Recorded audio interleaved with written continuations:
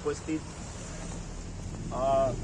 વિસ્તારના કાયદા અને સુવ્યવસ્થાની જવાબદારી સંભાળનાર અમારા ઇન્દુબેન ઈરા, થાના અધિકારી બગસરા, અમરેલી જિલ્લાથી આપણે જે ઝુંબેશ ઉપાડેલ છે, અમરેલી જિલ્લાના તમામ ગામડાઓ સીસીટીવી યુક્ત થવું જોઈએ તે બાબતે જેની નિગરાની અને ડે ટુ ડે સુપરવિઝન, મહેનત, પ્લાનિંગ બધું કરવામાં આવે છે એવા અમારા કોમ્પ્યુટર સેલના પીઆઈ શ્રી જયેશભાઈ કરછા, અમરેલીથી પધારેલ અન્ય અમારા પોલીસના સ્ટાફ, વિસ્તારના તમામ 36 ગામમાંથી પધારેલ સરપંચશ્રી, અન્ય આગેવાન.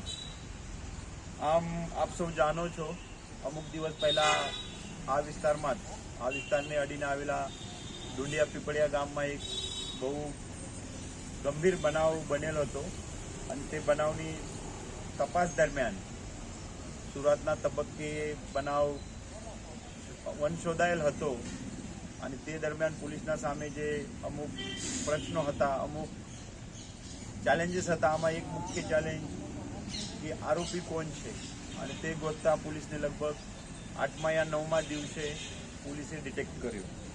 તે બનાવ સંબંધે અમે જ્યારે અમારા અન્ય અધિકારી મિત્ર, જિલ્લાના અધિકારી અથવા અમે પોતે વૈયક્તિક જ્યારે મંતવ્ય વિચાર કરતા હતા ત્યારે એવું એક આવ્યો દિમાગમાં કે આ જ બનાવમાં આ જગ્યા ખરેખર તમે કદાચ ઘર પણ જોયેલ હશે, બિલકુલ 4 રસ્તા ઉપર ઘર છે. આ વિસ્તારમાં કદાચ સીસીટીવી હોત તો એ આ બનાવ ના બન્યા હોત, અથવા 2 અગર બનાવ બને પણ હોત તો તાત્કાલિક 1-2 કલાકમાં પોલીસને ખબર પડી હોત કે આમાં કોણ આરોપી છે.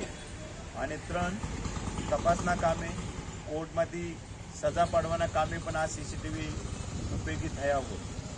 અને એના જ ભાગરૂપે જિલ્લા પોલીસ તરફથી પછી 15 ઓગસ્ટના દિવસે એવું નક્કી કરવામાં આવ્યું કે જિલ્લાના સમગ્ર ગામ વિસ્તાર જે છે, ગુજરાત સરકારની એક સ્કીમ પણ ચાલે છે, શહેરી વિસ્તાર જે છે, દાખલા તરીકે અમરેલીમાં ગુજરાત સરકાર, રાજ્ય સરકાર તરફથી સીસીટીવી લગાવવામાં આવે છે, સિટીમાં રાજુલામાં લગાવવામાં આવે છે, જાફરાબાદમાં. પરંતુ આપણો જે ગ્રામીણ વિસ્તાર છે, ગ્રામીણ વિસ્તારમાં હજી એ બાબત રાજ્ય સરકાર તરફથી અથવા ગવર્મેન્ટ તરફથી કરવામાં બાકી છે. પરંતુ આપ સૌ જાણો છો, પોતાનું સંરક્ષણ, પોતાનું પરિવારનું રક્ષણ અને પોતાની જે સંપત્તિ છે, પોતાની જે પ્રોપર્ટી છે એનું રક્ષણ કરવું એ પોતાની પહેલી ફરજ છે. ગુજરાત પોલીસ છે, કલેક્ટર છે, મહેસૂલ વિભાગ છે, ફાયર વિભાગ છે, અન્ય જે પણ વિભાગ છે એ તમારા મદદમાં આવશે. પણ એ ક્યારે? 99% કેસીસમાં, 90% કેસીસમાં જ્યારે બનાવ બને ત્યારબાદ કે મારા ઘર ચોરી થયેલ છે પછી પોલીસ આવે, તમારા સાથે કોઈ માથાકૂટ કરેલ છે પછી પોલીસ આવે, કોઈનો ઘર ખૂન થયેલું છે પછી પોલીસ તપાસમાં આવે. પરંતુ એ અટકાવવા સારું, એ બન્યા પછી ડિટેક્ટ કરવા સારું પોતે જ પોતાની એક વ્યવસ્થા ગોઠવી બહુ જરૂરી છે. આપ સૌને હું કહેવા માગું છું કે આપણા દેશમાં જે પોલીસિંગની સિસ્ટમ છે એ કેટલી જૂની છે. કોઈને ખબર છે કે પોલીસ, સમાજનું રક્ષણ કરવા માટે પોલીસ રહે, પગારી પોલીસ, એની કેટલા વર્ષ થઈ ગયા દેશમાં એ સિસ્ટમ આવીને કે ભાઈ અમુક લોકો નોકરી કરીને અમારા જીવિત અથવા અમારા સંપત્તિનું રક્ષણ કરશે. આનો કંઈ બહુ મોટો ઇતિહાસ નથી, માંડ 100-200 વર્ષનો ઇતિહાસ છે. તે પહેલાં આપણે પોતાની રીતે પોતાનું પરિવારનું, પોતાનું સંપત્તિની રક્ષણ કરતા હતા. ગુજરાત પોલીસ તરીકે, અમરેલી જિલ્લા પોલીસ તરીકે અમારી પ્રથમ ફરજ છે કે એને રક્ષણ કરવું જોઈએ. પરંતુ તંત્રદાન જે રીતે આગળ વધ્યો છે તેમાં મને એ બહુ અગત્યનું લાગે છે કે એ સીસીટીવી નેટવર્કની જે જોગવાઈ છે, જે જરૂરિયાત છે તે દરેક ગામમાં હોવી જોઈએ. બગસરામાં આપણે તાલુકા પ્લેસમાં છીએ, બગસરામાં પોલીસ સ્ટેશન છે, બાકી સરકારી ઓફિસીસ છે, સરકારની સારી એવી વ્યવસ્થા છે. પરંતુ તેમ છતાં કોઈ પણ વેપારી હોય એના ઉપરાંત જઈને પોતાનું સીસીટીવી લગાવે છે. એને ખબર છે કે અહીંયા તો પોલીસની હાજરી રહે છે, માર્કેટ ચાલુ રહે છે દિવસે રાત્રે, એટલે ચોરીના બનાવ કદાચ નહીં બને. તેમ છતાં એને એવું માનવું છે કે વર્ષના અંતે મારા અગર 20,000ના હું સીસીટીવી કેમેરા નાખું તો એનાથી મને વધારે ફાયદો છે. તો એ જ રીતે મારું માનવું છે. અત્યારે ધારાસભ્યશ્રીનો ફોન હતો ये कहता था कि नानी कुंडल गाम एक ચોરીનો બનાવ બનેલ છે, બનાવમાં 4-5-6 લાખ રૂપિયા ગયા છે. તો હું આમાં ઉલટ પક્ષી વિચાર કરું, અગર એ જ વ્યક્તિ અથવા એ જ ગામે કદાચ 2 લાખના સીસીટીવી કેમેરા આ ગામમાં નાખ્યા હોત તો પહેલાં તો એ બનાવ નહીં બન્યા હોત, તમારે 4-5 લાખની ચોરી નહીં થઈ હોત. બીજા બન્યા પણ હોય ખુદાના ખાસ્તા તો પણ પોલીસે તાત્કાલિક કલાક 2 કલાકમાં પકડી લીધી હોત. હવે આ બનાવ બન્યા પછી મારા પોલીસની અઠવાડિયાનું પૂરું કામ રહે છે. કેવી રીતે ગોતું, એ ગામમાં સીસીટીવી, બીજે ગામમાં કોઈ ઘરનું કોઈ છે, કેટલા મુદ્દામાં લે છે, અમુક લોકો ખોટા બોલે છે, જાય 2 લાખ રૂપિયા ફરિયાદ લખે 4 લાખની 5 લાખની. હવે કેટલાક સ્ટોરી છે. તમારા એક સીસીટીવી ઘરમાં નાખવાથી 20,000ના ખર્ચે તમારો 7, 8, 9, 10 વર્ષ સુધી સીસીટીવી સારી રીતે ચાલે છે. 10 વર્ષનું રક્ષણ થતું હોય તો તમારો વર્ષે કેટલું ખર્ચ આવે? 2,000 રૂપિયા. 2,000 રૂપિયામાં તમે ઘરમાં હોય, તમે ઘરમાં નહીં હોય, 20 બાળકો હોય, તમારી સંપત્તિ હોય, ભાગ્ય હોય, નોકર ચાકર હોય, કોઈ આવતા જતા હોય છે, એના માટે એ બહુ જરૂરી છે. એટલે અમે 15મી ઓગસ્ટે જિલ્લા પોલીસ તરીકે એક પ્રોજેક્ટ ઈગલ આઈ, ઈગલ સમજો છો? બાજ સમજે છે? ગરુડની જે નજર હોય તે રીતના વિસ્તારમાં જે પણ બનાવ બનતા હોય છે, જે પણ આવા કોઈ ખોટું પ્રવૃત્તિમાં સંડોવાયેલ હોય છે, એના ઉપર બાજ નજર રાખવા માટે એ પ્રોજેક્ટની શરૂઆત કરવામાં આવે છે. અને એ માત્ર પોલીસથી પ્રોજેક્ટ સક્સેસ અથવા યશસ્વી થાય એમ નથી. ગ્રામ્ય લેવલે સરપંચશ્રીએ તમારા ગામના જે લોક ભાગીદારી તમામ ગ્રામજનો સાથે સાથે ગામના જે રાજકીય અથવા આર્થિક દૃષ્ટિયા સઘન લોકો છે એમની બહુ જરૂરી છે. ગાય જેવા હોય છે, જે બાજુ માણસ કાઠી લઈને બેસેલ હોય તે બાજુ નહીં જાય, બીજા બાજુ જાય જ્યાં કોઈ નહીં બેસેલ હોય ત્યાં. તો હવે એ લોકોને ખબર છે કે આ 19 ગામમાં સીસીટીવી છે તો આમાં તો આપણે જવાય નહીં, તો કદાચ બાકીના જે 16-17 ગામ છે આમાં 16 લોકો વધારે આવશે. તો વહેલી તકે આ જે 16-17 ગામો છે એ ગામોના ગ્રામજનો અને સરપંચશ્રીની એ જવાબદારી ફરજ છે કે તમારા ગામમાં પણ સીસીટીવી લાગી જાય. બનાવ બન્યા પછી પોલીસ આવે, બધું કરે, આરોપી પણ મળી જાય. પરંતુ આજના ફાસ્ટ જમાનામાં મુદ્દામાલ મળવું, પૈસા પરત મળવું એ બહુ અઘરું છે.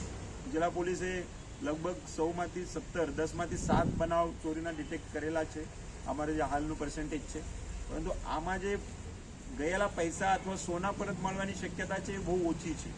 પહેલાં જેવી પોલીસિંગમાં પહેલાં કોર્ટ તરફથી રિમાન્ડ બહુ મળવામાં આવતો હતો, આરોપીને ટ્રાવેલ ટાઈમ વધારે જતો હતો એટલે સોનું હોય તો વેચી શકવામાં વાંધો આવતો હતો, પૈસા હોય તો ખર્ચી શકવામાં વાંધો આવતો. હવે તો અમે આવા ટાઈપના કેસીસ જોયા છે. હું એક વખત ત્યાં વલસાડ હતો, મહારાષ્ટ્ર બોર્ડર ઉપર, રાત્રિના 1 વાગે પોસ્ટ ઓફિસ આવે ને, પોસ્ટ ઓફિસ લૂંટ્યા. આ લોકો ત્યાંથી કંઈક 12 લાખ રૂપિયા લઈ લીધા પોસ્ટ ઓફિસમાંથી. પોલીસને માહિતી મળી, પોલીસે ચેસ કરે. એમ તો માહિતી શું છે, પાછળ પોલીસ ગયા. સવારે લગભગ 10 વાગે આરોપીને પકડ્યા. આરોપી કે અમે રાત્રે બધા પૈસા ઉડાવી 12 લાખ રૂપિયા 3-4 કલાકમાં આ લોકો ઉડાવી.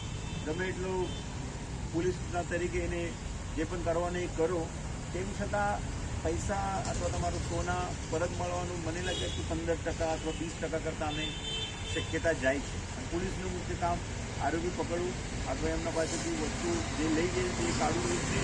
પરંતુ સામેથી આટલું રિસ્પોન્સ નહીં મળે તે બહુ મુશ્કેલ પણ બની જાય છે.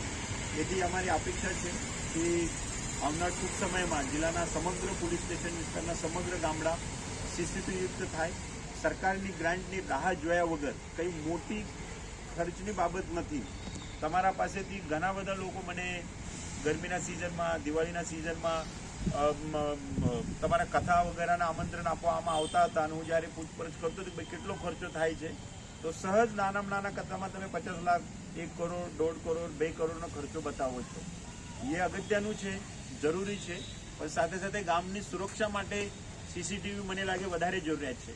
કેમ કે કાલે બનાવ બને તો તમે બનાવ જે બનવા પામેલ છે એ બનાવ બન્યા પછી પોલીસ સ્ટેશન આવશો, કથા કરેલ છે ત્યાં નહીં જઈને બેસો કે ભાઈ એ મને પકડે આપો અથવા એ ડિટેક્ટ કરી આપો.